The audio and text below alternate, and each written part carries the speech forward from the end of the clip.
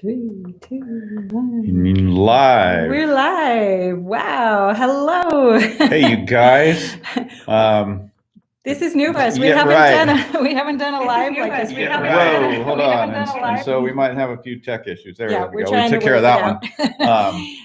But can you guys hear us okay? Yeah, somebody give us a thumbs up in here in the chat box to make sure that you can hear us. And then we'll explain a little. Yeah. Oh yes, you can hear. Great, Bernie. Good. Thank you. Okay. Cool. Hey, Sarah. Wonderful. Hi, everybody. It's great to see you guys. This is really fun. We really look forward to getting to hang out with you guys live and actually get to chat a little bit. Absolutely. And you know what? You're obviously seeing the backgrounds a little bit different. Yeah. And to put it bluntly, our internet at home is terrible. That's why we haven't done lives. Bigger word for it than that. But yeah. And so we've had to rent a space in town to come in here and do this. And this is a new way to communicate with you guys. And we're really excited and we're really thankful you're here. Yeah. So we're kind of trying this out, seeing if you guys like it, if it works for us, and then maybe we'll do it more often. Yeah, that's the thought. That's the thought. Sure. Because it would be a lot of fun. So good. Well, we're going to kind of just dive in here and catch up a little bit with a little bit of chit chat. And if you guys want to throw some questions into the chat box as we're going along, we'll start to get to those in a little bit. And we've also got some ones printed up as well, a few things to cover. Yeah. I've got to say though, before we get started, I was just enjoying seeing where all you guys are from, because it is like, I was looking and we had Quebec next to Florida, next to UK. I see Ireland, and then, it's like warm, cold. Just we're covering Kentucky, all over the we've place. got mid-country. Yeah. And hey, Bernie, you are right. Starlink is up. We're signed up and we're waiting for it. And we're really excited because we hear that's working well. Yeah. We'll be able to do a lot of cool things once that gets up and going that we can do from the homestead. And we're excited for that. But it's not in our hands yet. Yeah. They say by the end of the year. So that's a good tip for you guys. If you're remote like us and really struggle with your internet, you may have the option to sign up for Starlink, which is coming and is supposed to get us fast internet out in the really rural areas. We've got a few people here that have beta tested it, and they say it's working great. We've paid for it. Right. So they say the second half of this year. And that's really going to help a lot of us out in the country that are reliant on HughesNet and some of these other internet providers that they're slow and inefficient. All right. Yeah, so some chit chat. Yeah. What's going on with you? Oh, well, homestead and it's that time of year. Spring. It is spring. Yeah. It is spring, especially when you live in an area like we live in where the growing season is really short. When it turns on, you jump and you move fast for several months straight. And so I feel like that's right where we are, is we are probably going to be getting seeds in the ground. Some of them tomorrow. We can get pea seeds in. We've got one storm coming through today, and then we're going to have a break. And then we have another storm hitting Saturday. It looks like it's going to rain for like 3 or 4 days straight. Looks like a week straight. Yeah. So it's like we have this little window of opportunity to get seeds and starts out there, but we're still getting 22-degree mornings. Yeah, it's been freezing hard until this morning. Woke up this morning, it was 37, so that's a good sign. Good. Yeah. So we've got all our starts going in the house. And like you said, peas are going to go out. Yeah. Hopefully tomorrow before the rain comes. Yeah. And so I think the weather is going to change. Yeah. And garlic is up. I was looking this morning. Garlic's 6 inches. Doing it's really well. Coming up. What are you guys doing? Because you said you are all over the place. So what do you have going into the garden if you're gardening?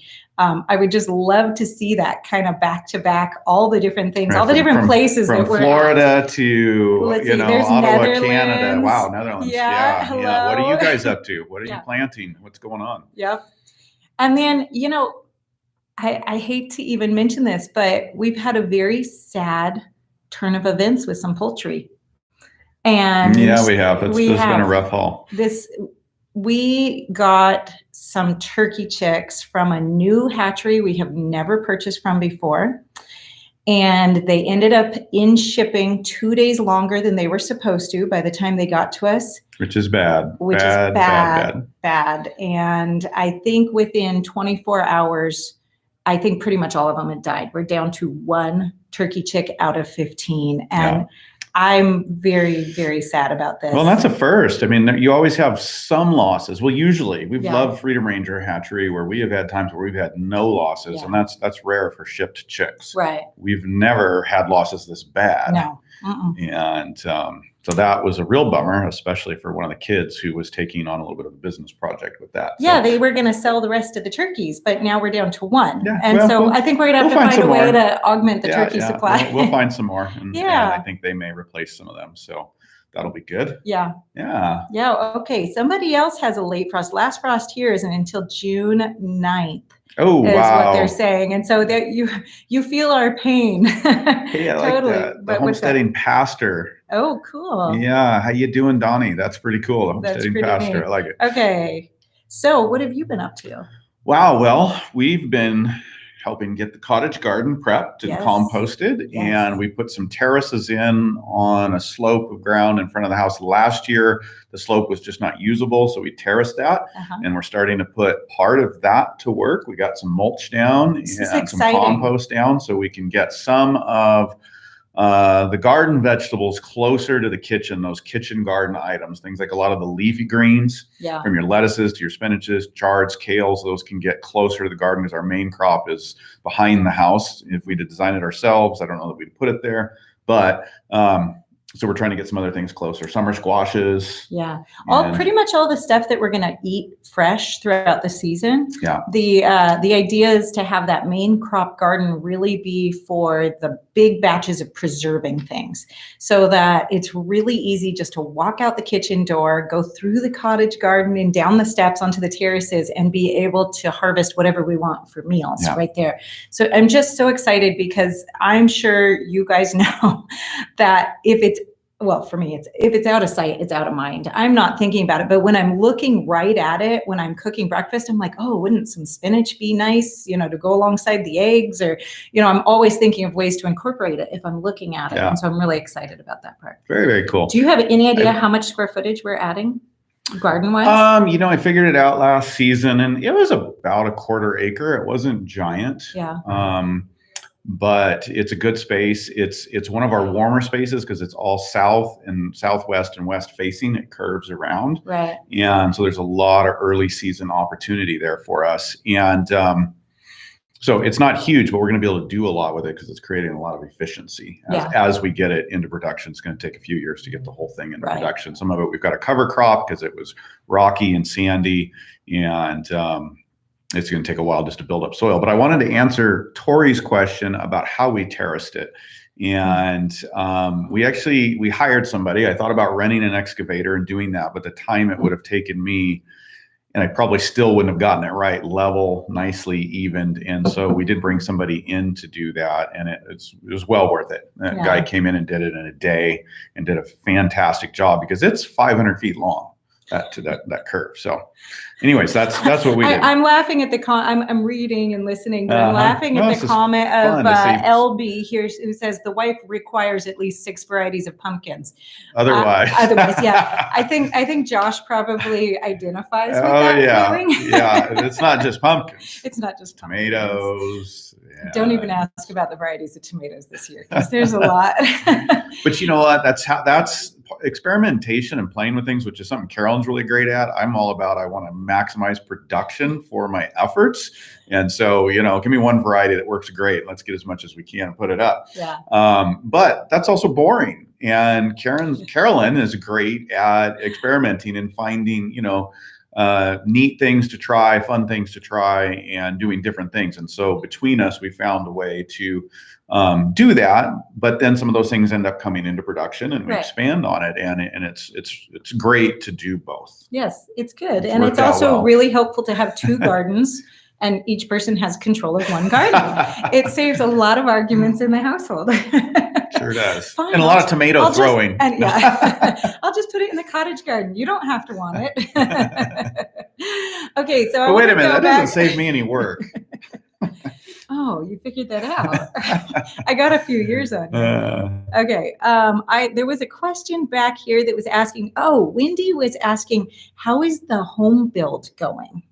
Now, I don't know if she's referring to mom and dad's house, but I bet you she's referring to the addition. Well, it depends. So we were last year, this time, we were finishing up the home build, which was Carolyn's mom and dad's house. Yeah. And that's finished. That's great. And they're actually going to be here in a month or so. Yeah. Well, that's actually a couple weeks. A couple weeks. Yeah. And so that's great. And then we do have an addition, and that is slow. That's waiting on me. And if you're on the farm, on a homestead, you know how much there is to do.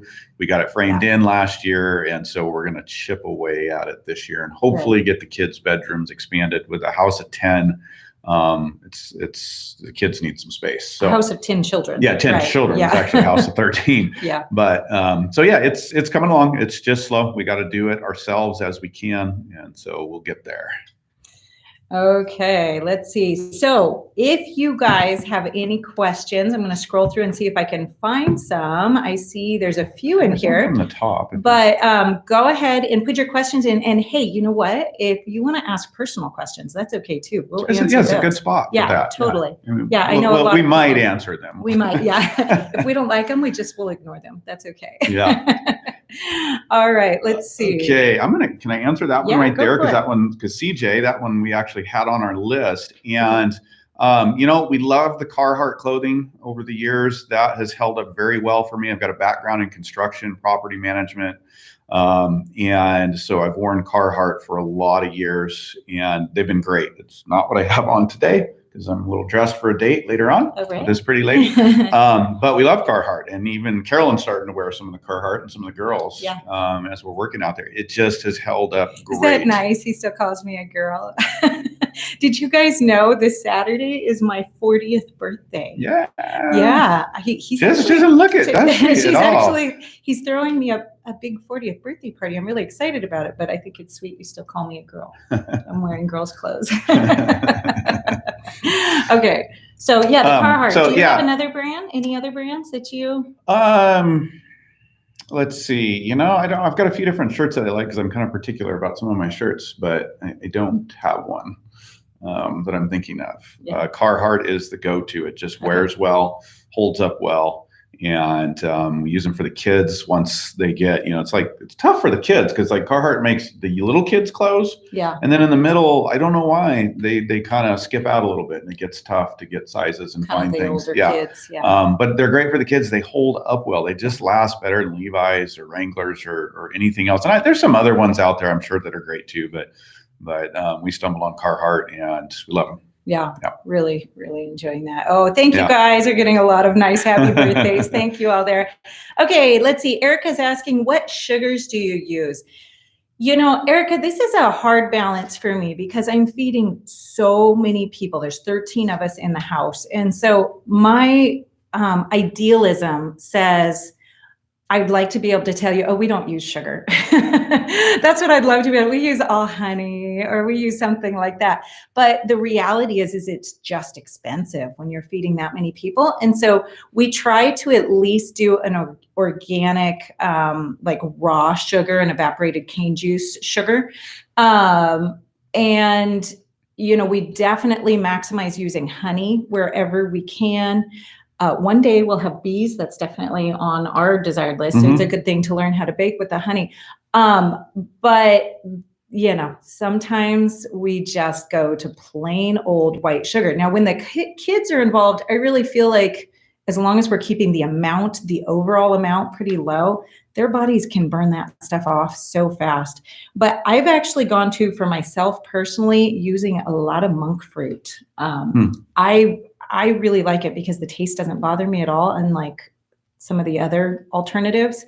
And I feel like it doesn't affect my blood sugar, which I can be pretty sensitive to blood sugar. So now I got to say that when you say plain old white sugar, though, you're not talking just standard sugar in the store, are you? Because usually we're getting a cane, an organic cane sugar. Yes. That is less processed, not GMO, like a lot of your white sugar that's derived from beets and it's GMO. So our bottom quality that we use in the house is the evaporated cane juice, and that's an organic sugar. So we buy that bulk from Azure, and like to use that when we have sugar. Yep. So.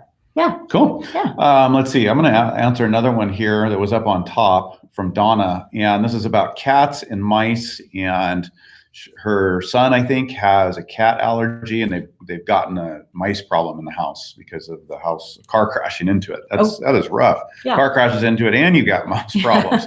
And you can't have cats because cats are hands down, and you've probably heard us say this over and over. People want different solutions, and cats are hands down the best. So if you can have some outside, that's just going to help, that population. Inside, it's really traps. We don't like the poisons. Just don't like them. We don't like them on the property. They're dangerous. And so the traps, whether it's a live traps, those sticky traps can work pretty well too. We just like the good old live traps with bait, and they work great. And just put a bounty on them if you have to with your son, and that's what we've done over time. It gets the kids motivated, and then you don't have to deal with the traps. Yeah, that's the best part. Yep. and that works pretty good. You just got to get a few of them going if it's a new larger infestation. I'm cheap. I pay like 50 cents a mouse. So they like it. And they're happy to do it if they're young enough. Yeah. So it works well. Cool. Okay, let's see. We're adventures on the homestead. Have y'all grown stevia in the garden? Yes, we have. And we do use stevia, but we don't tend to use it in baking. I love using it for when I mix up my herbal teas. The kids just love herbal teas.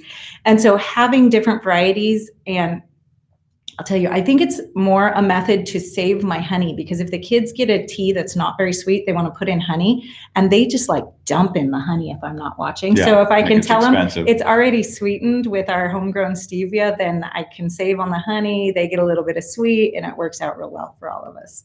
So all right. Let's tackle a gardening one here. And this one's going to be general answers, and it's about pest control. And we get a lot of those, and there's just not a single good answer, or even a few like specific answers.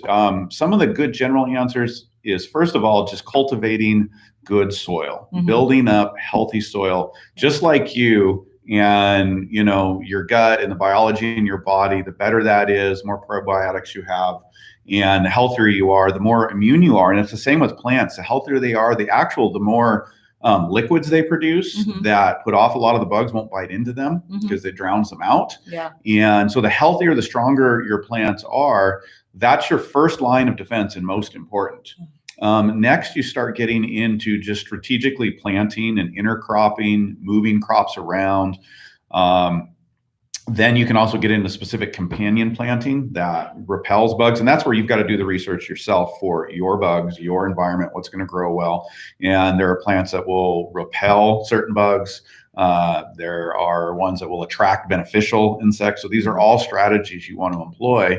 Another one is what's the word for a false crop, a crop to pull them away. Sorry, do Jeopardy here. Yeah, I know what you mean. I'll come up with it, like a decoy crop. I don't think that's what it's called. Yeah, we have flea beetles is a tremendous problem here. And so, we're working on netting, and another one, not the wisteria, the nasturtiums. They love the nasturtium. So I'm looking at maybe planting a bed of nasturtium somewhere to try to draw them off. So those kind of strategies, if you're going to stay organic, is really your best bet. Diatomaceous earth works well for some larger pests. And so that's one you have to try, but it's cheap, and it does work to deter a lot of things. And some things is just going through the garden every day and picking some of them off when they're getting going and killing them. And just that will help with some of your larger bugs. Yeah, absolutely. Good. Great. I guess I should have been reading for the next question while you were talking, but I was listening to you. Always pull one down. Let's see. Okay. Oh, this is a fun one. Jennifer asked, at what age do you introduce your kids to hunting with or without a rifle, even just catching rabbits? Well, they're very, very aware of it from a very young age, because, between hunting and raising and butchering our own animals, they're seeing it from the time they can remember. We do not hesitate to have them out there from day one getting involved. And so with the butchering process. So as far as that part goes, very, very early. And if you're introducing it to them and they're older and they haven't been around it, I would try to find a farm tour or find somewhere where you can go and it's a fun activity and it can be taught to them. Now, for our kids, when they were little, we had a guy that came before we were, processing our own meat. And now sometimes we do, sometimes we don't, depending on time. But we had a great guy that came, the butcher, and he taught the kids. They asked questions and he taught them. And so he made it a biology lesson. So you could do the same if you're gifted that, or find somebody that would come and do that and make it an education lesson and a biology lesson. And that's how our kids got into it. And that made it really interesting to them. So what about the hunting specific angle? Sorry, I didn't hear that part. Going I'm out. sorry. She was actually asking about hunting with or without a rifle, even just catching rabbits. At what age do we introduce that? Oh, anytime. Our kids, they get a BB gun and they're off trying to hunt squirrels. And, my rule is if you're going to kill it, you're going to eat it.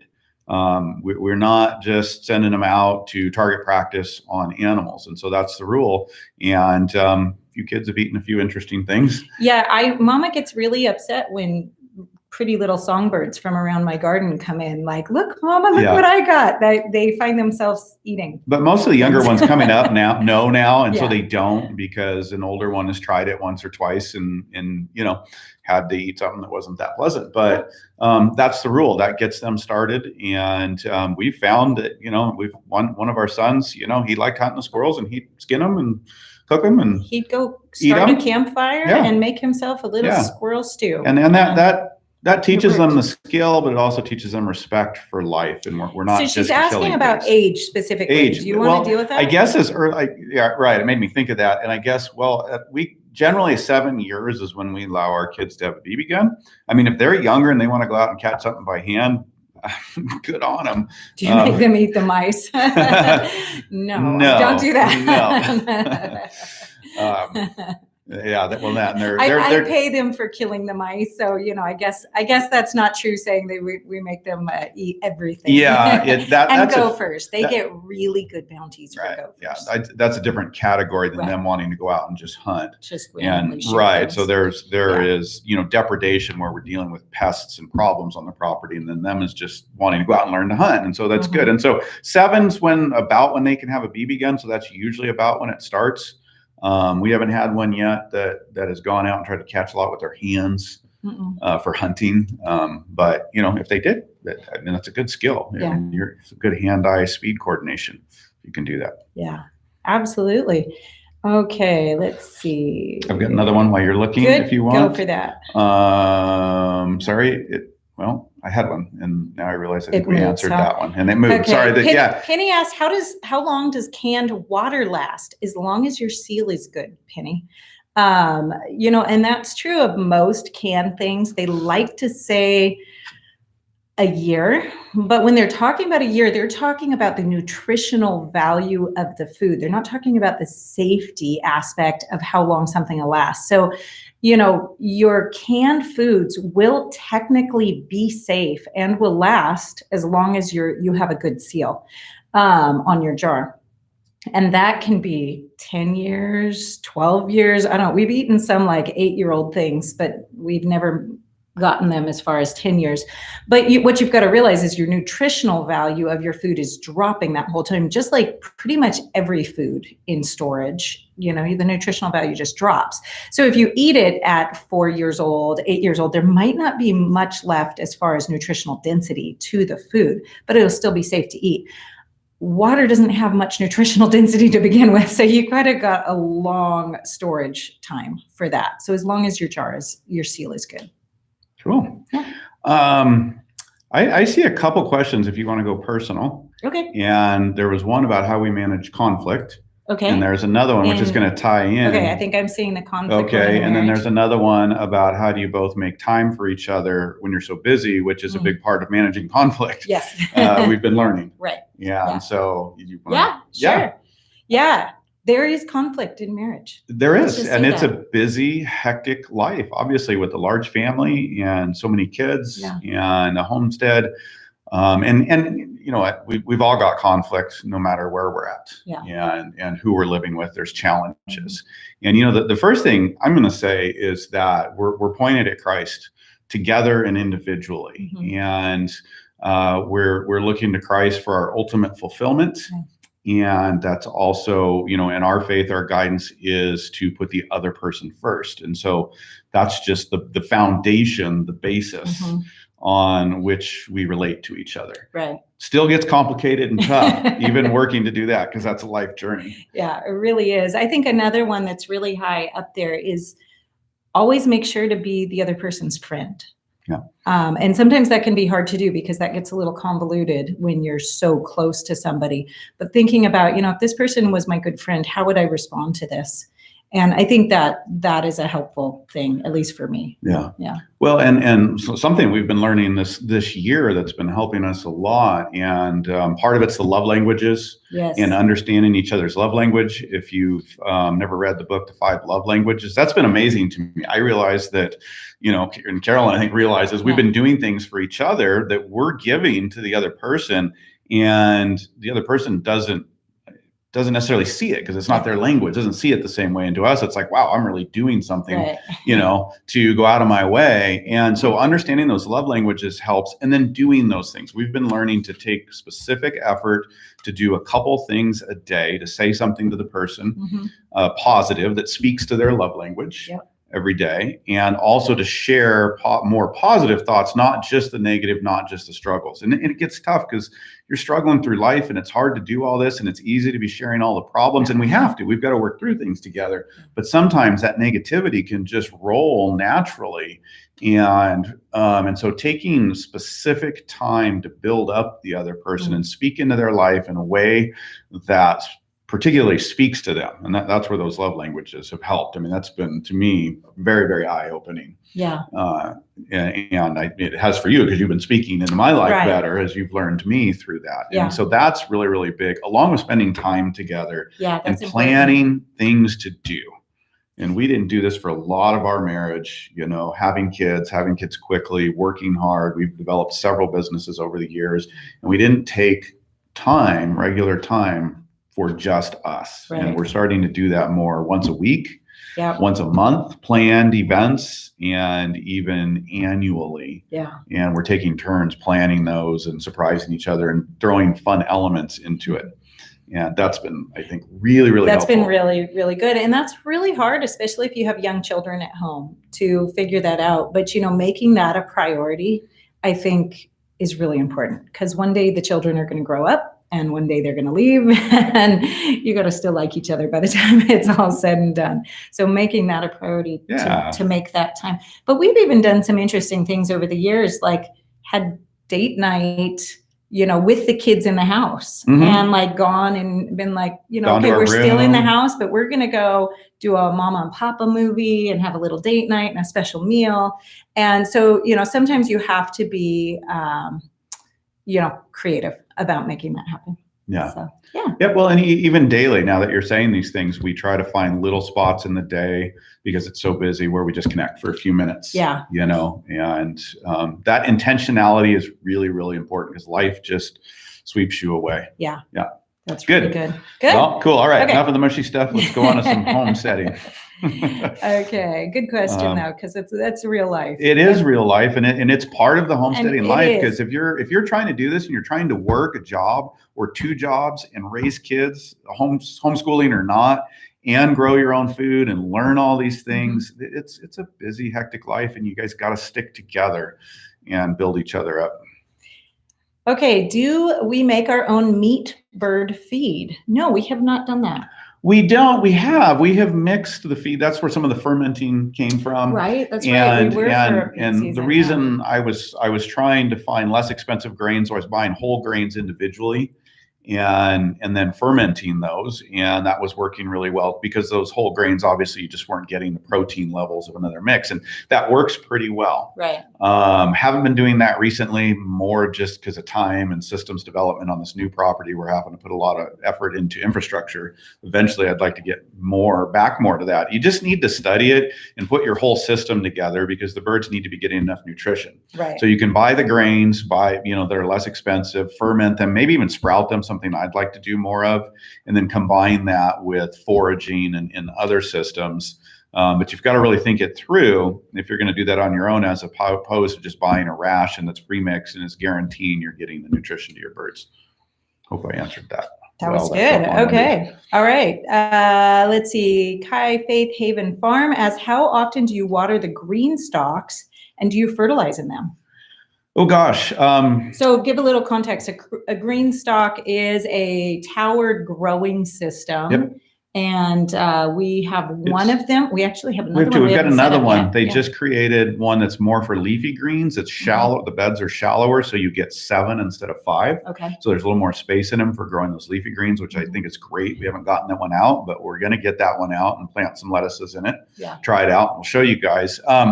No, we refresh it with good compost. You could fertilize it with a COF, a complete organic fertilizer or something. And watering really just depends on the time of year and the stage of the plant. And as the plant gets larger and the season gets warmer, you do have to water them a lot more. And I definitely struggled with keeping up with that on the porch this year with so much going on. But I mean, I'm all over the place on the property, and that was out of my normal path of travel. And so probably a lot of you, if you're using these, you're in smaller spaces. And so just try to keep it somewhere where it's easy to see regularly. And you've just got to check the soil because it does need more water as the season goes on. Okay. Let's see. We're getting a homestead for the first time this summer. My husband wants to get a calf in the spring to raise up to butcher. Will he be okay on his own, or should we get him a buddy? Oh, they would prefer a buddy. You know, they're herd animals, and so they're going to do a lot better with a buddy. If you've got kids and you're on the property and, you know, you're going to be around it a lot, that's great. Sometimes people get a little too attached then and it becomes a little more of a pet. So you've got to know your own family and how you're going to deal with that. So ultimately a buddy is best. Yeah. They're herd animals, and so they do like to be together. Yeah.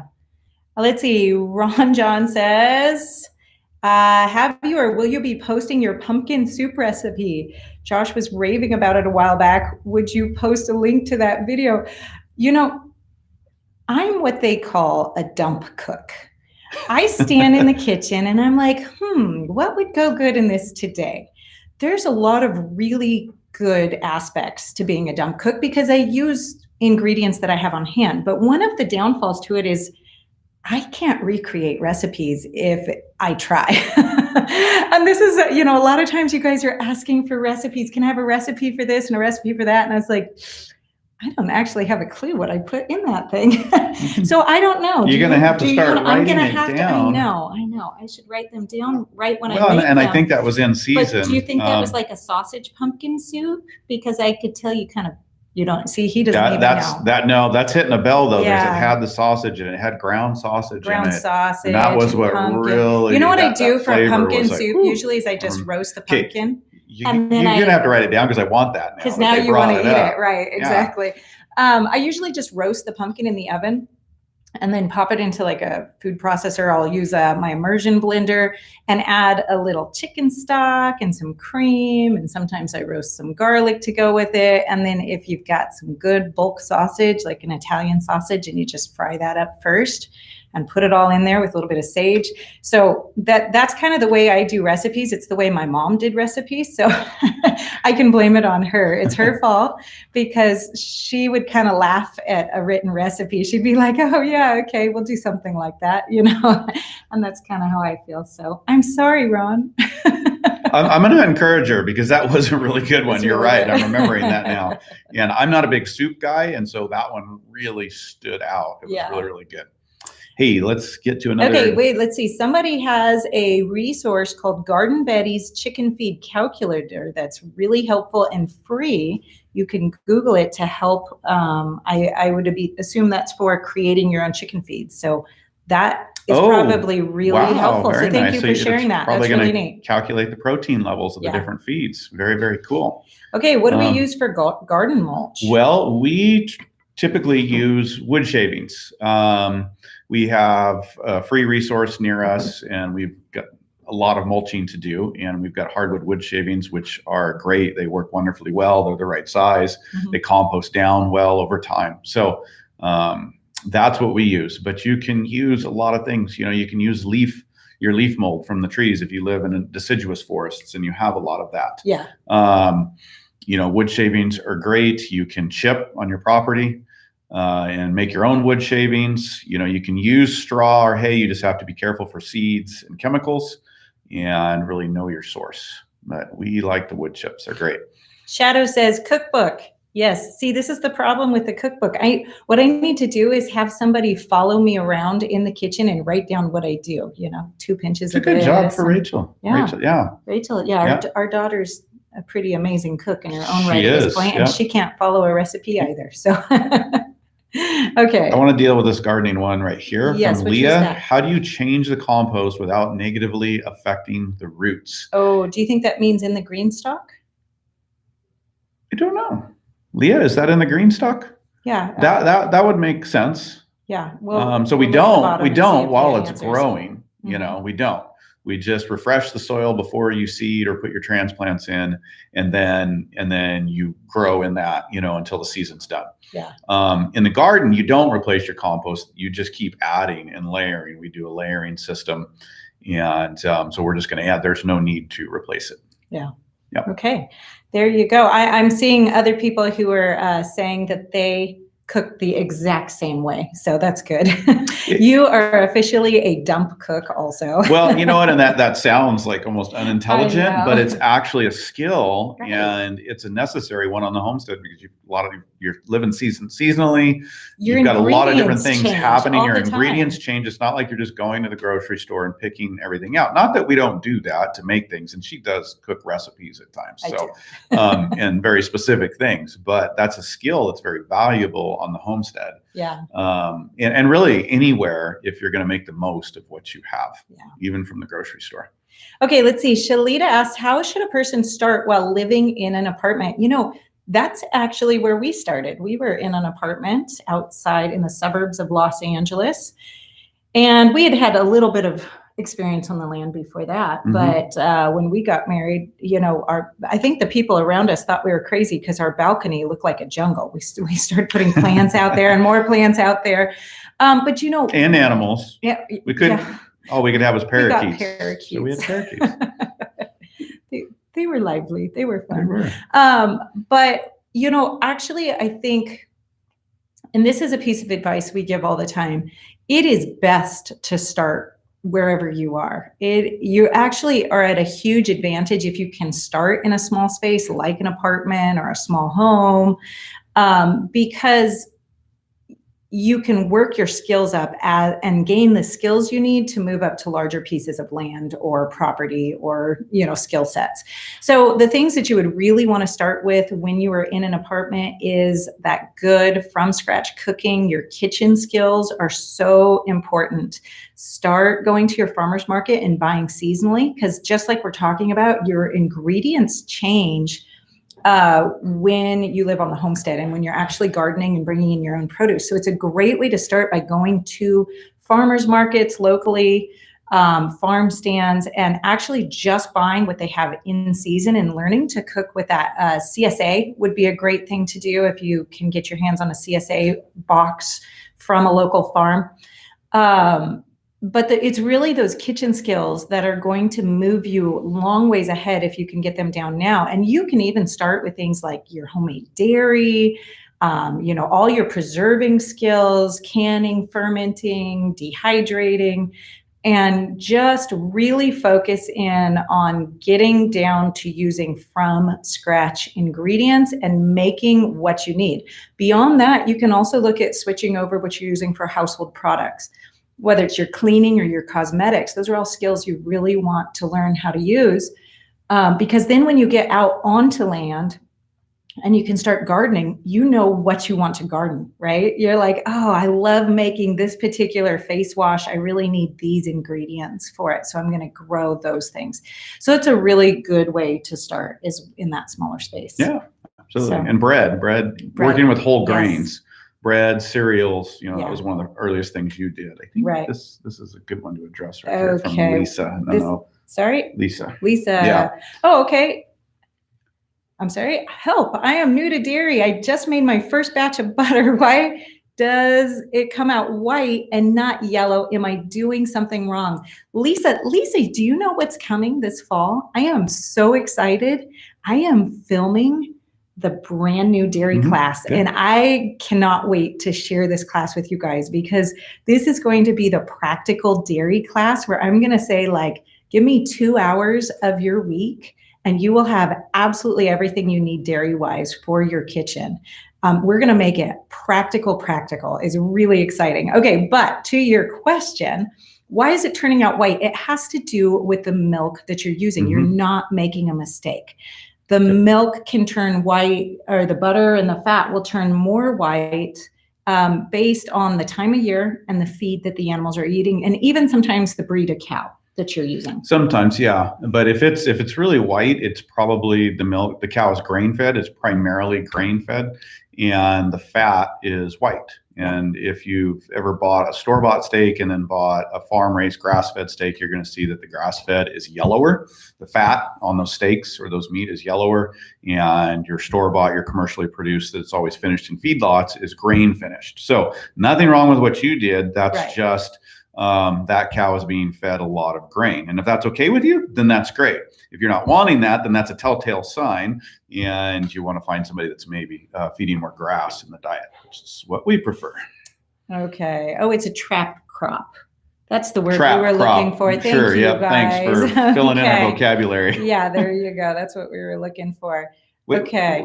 I just saw a good one. Where'd it go? You saw something? I did. It was a cool one. That the comments jump around a little bit on our side. This is great, because I don't think anybody knows we're doing that. And okay. Med B asked, do you think I need a wine fridge in order to properly age my raw milk cheeses?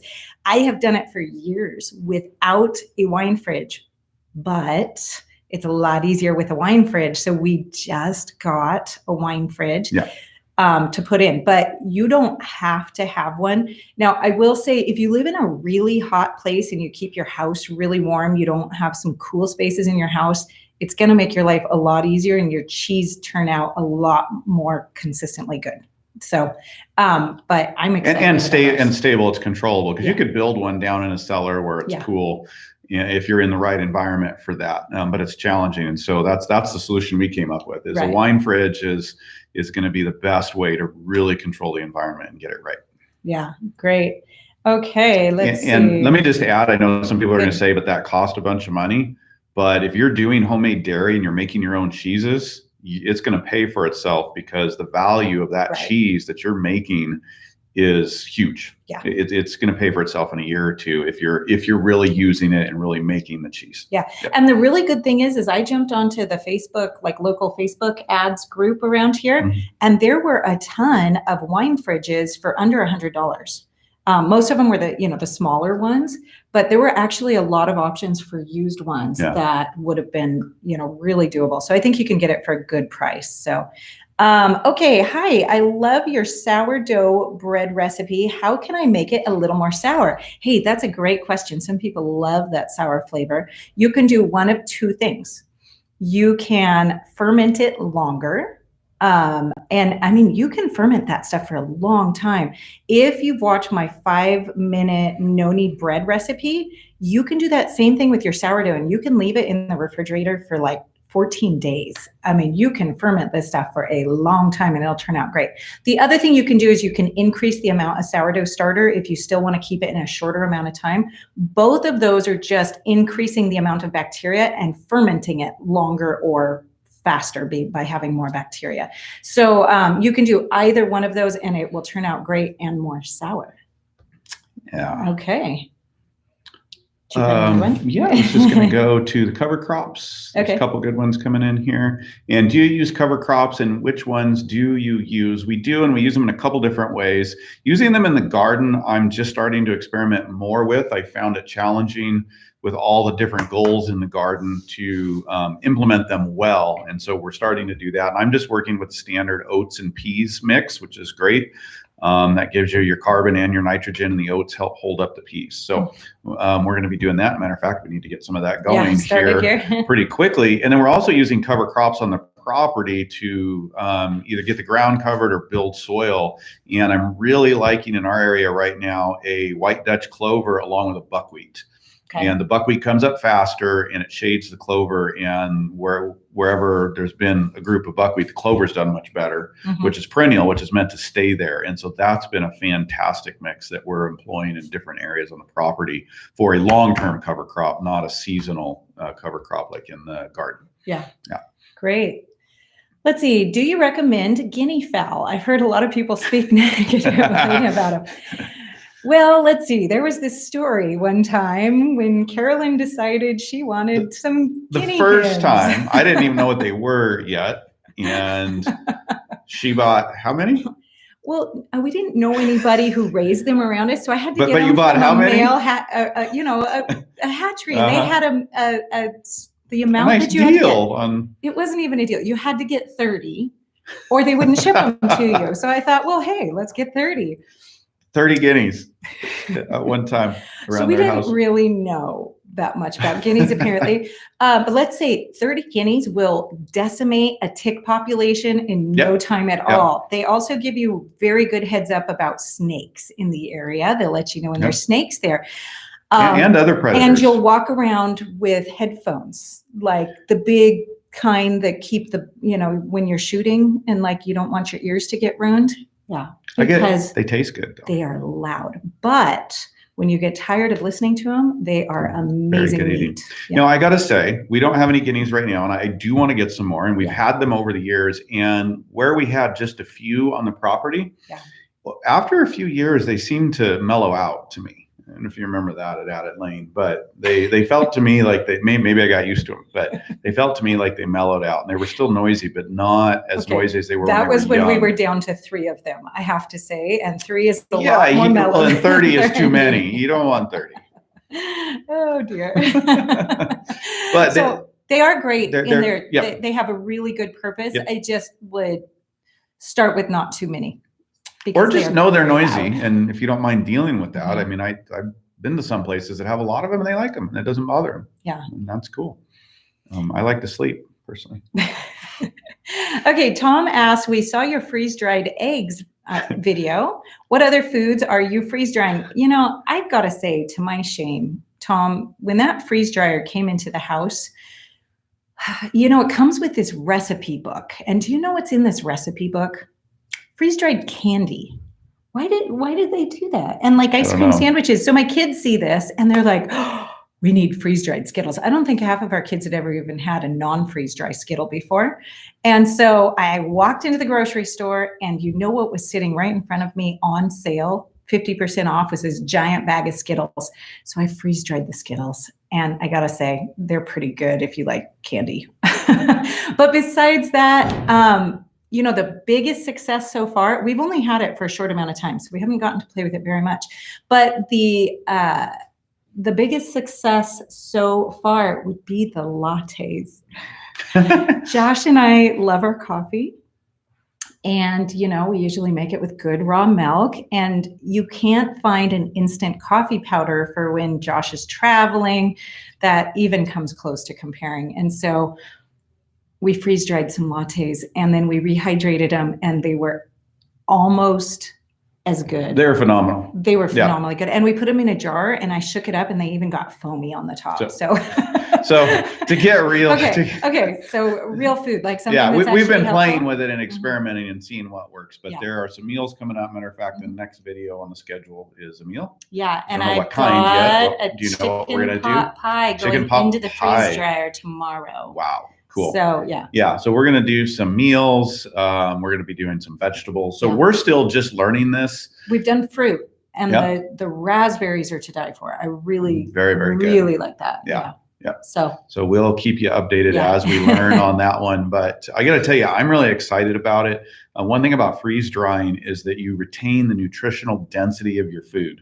And we love canning. We'll always can, but canning does destroy a lot of the nutritional density. So I'm really excited on that level, and it tastes really, really good too. Yeah.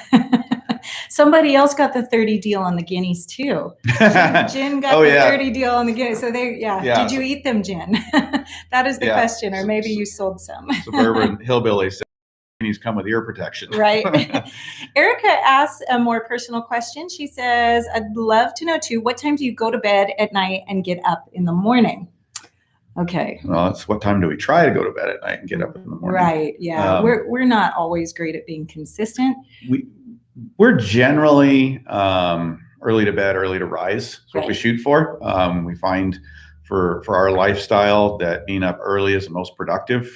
We've got a lot of physical work, and then with running the business, Homesteading Family, we have a lot of mental work. Yeah. And we just do better. And the kids have always known that, because from my construction background, I was always up and out of the house early. So we 9 to 10, we shoot for bed. Right. And alarm goes off at 5, and sometimes we get up and sometimes we don't. Sometimes it's 5:36, but yeah. Yeah, that's usually 10 to 5. Usually the ideal. With all the kids in the house and they're all early risers, if we're not up early, we do not get quiet prayer, Bible reading time, a little bit of exercise, stretching time, even time to get dressed, non-rushed, and make the bed and things like that. So we try to, I don't think we ever beat the kids up, but we try to beat the young kids up. So, which means we always have to tell the kids. Somebody actually just asked me this in a comment somewhere else.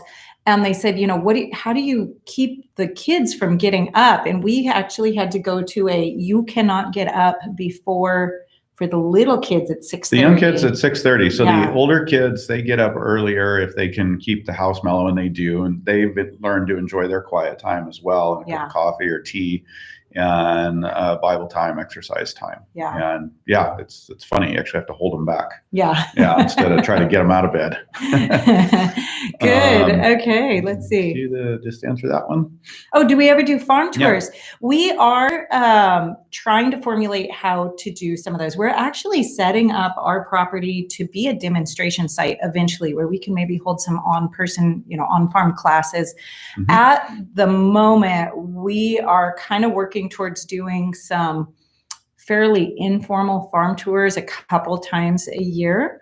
I don't know that we have anything actually on the schedule right now for this year, but if enough of you guys email us and ask us, then it'll push us to actually put together a date. Yeah, so, let us know if you wherever you're at, would you come this far for a farm tour? Yeah. Yeah, and because it's definitely something we want to do.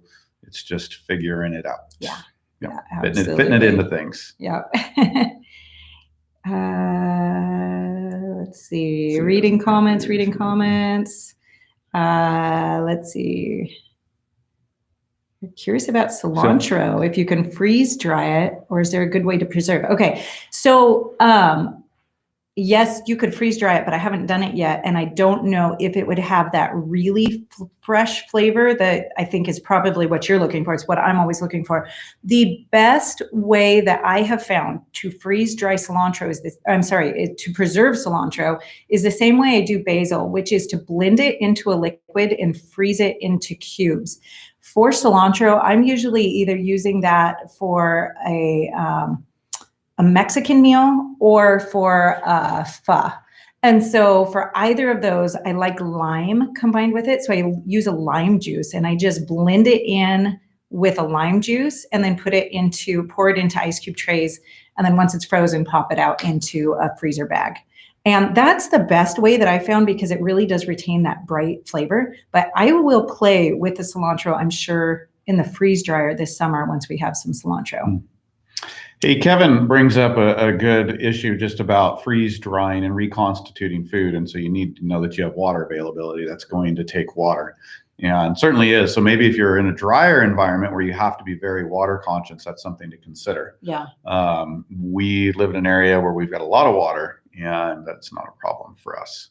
Okay. I saw another one. Oh, soil blocking. Disney kids asking about soil blocking. And soil blocking it can be great. It's not my preferred method. If you don't have your soil just right, it tends to fall apart. And maybe I just haven't, put enough into it to learn to do that. But it just didn't work for me real well. So, I mean, I think it's a great idea, and certainly uses less materials, and can be really, really good. It's just not something we do. Yeah. Absolutely. Okay. Karen's asking about the Ignatia tincture. She made my my recipe for echinacea tincture last fall, and it looks like it has a lot of sediment in it now. Is that normal, or do I need to make another batch? It is very normal for tinctures to end up with sediment in it. My question, Karen, would be, is it already strained out and then it came up with sediment, or is it still sitting with the herb in it? If you strained it well and then it has sediment, just make sure you shake that up before you use it, because those are compounds from the herbs and you want to make sure you get them into your body when you're taking your tincture. So if not, then it would be a good time to go ahead and strain it before the herb falls apart so much that it gets too hard to strain it out well. So just make sure you're always using something like a muslin, like a butter muslin or something, and not just a sieve, to, like a, what do you call that? Like a tea strainer, make sure you're using something that actually has a tight knit or a tight weave on it so that it really gets all that sediment out when you're straining. Yeah, I love it. Penny asks, can you water glass quail eggs? You must be raising Yes. a lot of quail. And yeah. That's really cool. And yes, any kind of egg that hasn't been washed. Yeah. The duck eggs are the hardest because they're always so mucky and dirty that it's hard to get clean eggs to go into the lime. I was just reading a government published pamphlet that came out in 1917 that pretty much told you that everybody in the United States should be preserving their eggs in lime. It was fascinating. They had done studies back then. So now, of course, the government wouldn't hold that those were safe enough, but they had done studies on them, and they just said that it was the best method for ending up with fresh eggs they said they were best for up to 10 months. So obviously some people can get them to last longer, but I thought that was really fascinating to actually see a government pamphlet on it. Very cool. Yeah. Okay. Address that one. Let's see. Sure, if you want to. Abundantly Blessed Homestead.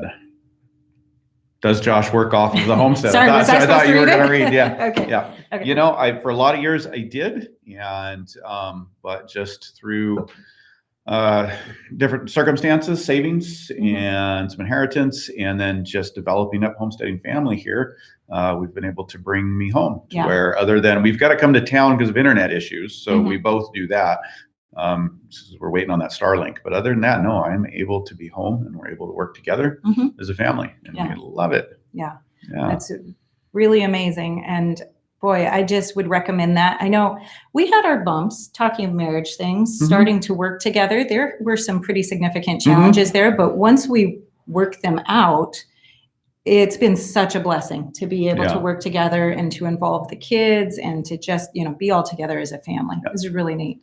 Good question right here on chickens, amazing and protection there. We're raising meat birds and layers this summer. What would you recommend for predator protection? We plan to have the premier electric fencing and a fortified mobile chickshaw. Yeah, it just depends on the system you're going to use. And it sounds like you're using maybe more of a free range than, say, a chicken tractor. And so if you've got a chicken tractor, those obviously are protecting. The chickshaw with the fencing is great for, and you can add electric to that fencing depending on the predators in your situation. And if you've got overhead, predator issues, then definitely guard dogs can be trained to help with that. But I like your idea of a guard goose. We've had some problems with eagles recently, and the geese have done great at warding them off if the animals would stay close to the geese. They do, but she is noting that they have young children, and the guard goose's idea is a bit concerning. Oh, and I would agree with you on that. We do have geese and we do have young children, but the geese really don't find that their home is around the house right here. They're out on the property a little bit further. And from experiences I had as a child, I'd kind of say geese and small children don't mix in a small area. I would go with your thought on that. Yeah. So, and dogs are always, your best bet for predator protection on a farm, just having a couple of outdoor dogs. Yeah. And we live in a high predator area. We've got about every major predator in North America here, and we have very, very little problems. And I think that's mostly because of 2 male dogs that are out on patrol the property and take care of most of those problems. Yeah. Hey, we're getting close to having to Oh, wrap we up. are. This went fast. It's been almost an hour. Wow, this has been fun. Hey, you guys, what do you think? Would you want to do this again? Has this been fun? Has this been an enjoyable thing to do? It was like in the last. I was going to laugh. Oh, we won't. That might be getting personal. So yeah. Do you want to do it again? That would be what. Yeah, let us know, and let us know some times as well that are helpful for you guys. If you leave that in the comments, what are good times for you guys that we can get together? Yeah, but we are going live again over on a training about bread. I'm going to be teaching on bread. You'll be behind the scenes on that one. Yeah. But we're going to be there in about an hour. So if you haven't signed up for that yet, and you're interested in learning some steps to making bread, check your email if you're on our email list. If you're not, well, get on there if you're not, so you stay up to date with the different things that are going on. Right. Yeah, but it was great to get to have. Okay, lots of people like it. Everybody's saying yes. This has been fun. I've enjoyed it. I have too. It's been great hanging with you guys. Thanks so much for showing up. And don't know if we'll get another one right away. We'll have to think about how it fits into the schedule, but I think we'd like to do it again. So we'll see what we can do. Some evening ones. Yeah. Okay. So keep leaving comments in there about timing and we will check back on those. But thank you guys for hanging out with us. Blessings, you guys. Hope your spring goes well. We'll talk to you soon.